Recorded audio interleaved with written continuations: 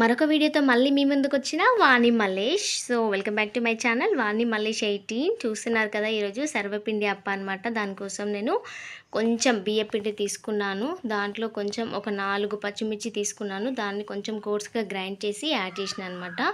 నేను కొత్తది యాడ్ చేస్తా అన్నా కదా ఇందులో, అదే ఇది అనమాట. పడట్లేదు గిన్నె నుంచి, ఇప్పుడే మిక్సీ పట్టినా కదా, కొంచెం వేడికి అతుక్కుపోయింది. సో ఇది మినప్పప్పు అనమాట. దానికి కావాల్సినంత, అంటే ఎక్కువ ఏం తీసుకోలేదు, కొంచెమే తీసుకున్నాను, పిడికడ కంటే తక్కువ. దాన్ని అటు ఇటు ఫ్రై చేసి మిక్సీ పట్టుకొని యాడ్ చేస్తున్నా అనమాట. సో చాలా టేస్ట్ అయితే వచ్చింది. నేను ఇది కారపప్పలకి యూజ్ చేస్తాను అనమాట, చాలా బాగుంటాయి. అదే ఇందులో కూడా యాడ్ చేసి ఎట్లా ఉంటుంది అనేసి తీసుకున్నాను. సో అది అనమాట ఎక్స్ట్రా యాడ్ చేసింది.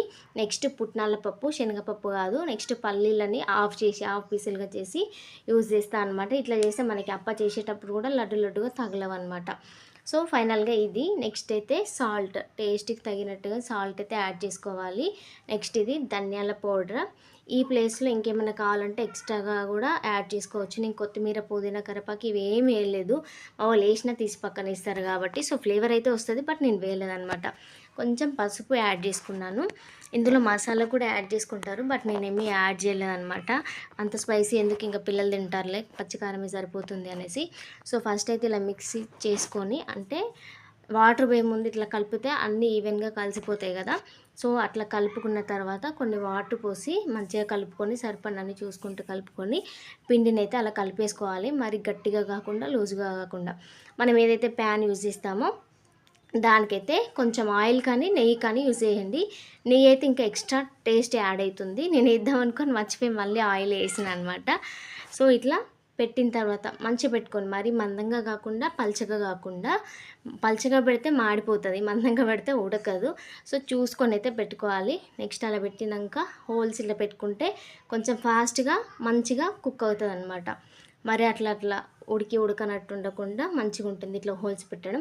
అప్పుడు మా అమ్మ చేసినప్పుడు ఇట్లా ఏం పెట్టకపోయేది, నార్మల్గా ఇట్లా అప్పలాగా చేసి పెట్టేది. సో ఫైనల్గా చూసుకుంటూ అయితే ఇట్లా లో టు మీడియం ఫ్లేమ్లో పెట్టి అప్పనైతే కాల్ చేసుకోవాలి. ఫైనల్గా మనకి ఒక 10 to 15 మినిట్స్లో అప్ప అయితే చూసారు. మనిషి కూడా పట్టుకున్నాడు అంటే సూపర్. సో చాలా బాగా వచ్చింది, ఎందుకంటే మినపప్పు వేసిన టేస్ట్ ఎక్స్ట్రా యాడ్ అయిందనమాట. వాడు ఏం చెప్తున్నాడు చూడండి. సో బాగుంది, ఎట్లా చేసిన అది ఇది అని అడుగుతున్నాను నేను. వాడు చూపిస్తూ చెప్తాను అనమాట. నేను కొంచెం సౌండ్ యాడ్ చేస్తాను, సో వినండి మీరు కూడా. లాస్ట్ కూడా ఇంకొకటి చెప్తాడు, వినేసి. సో ఈ అప్ప చూస్తే నాకు మా స్కూల్ డేస్ గుర్తొస్తాయి అనమాట. అప్పుడు మా అమ్మ ఈ సర్వపిండప్ప, రొట్టెలు, అట్లు ఇవే చేసేదన్నమాట. ఇదనమాట నా సర్వపిండి అప్ప.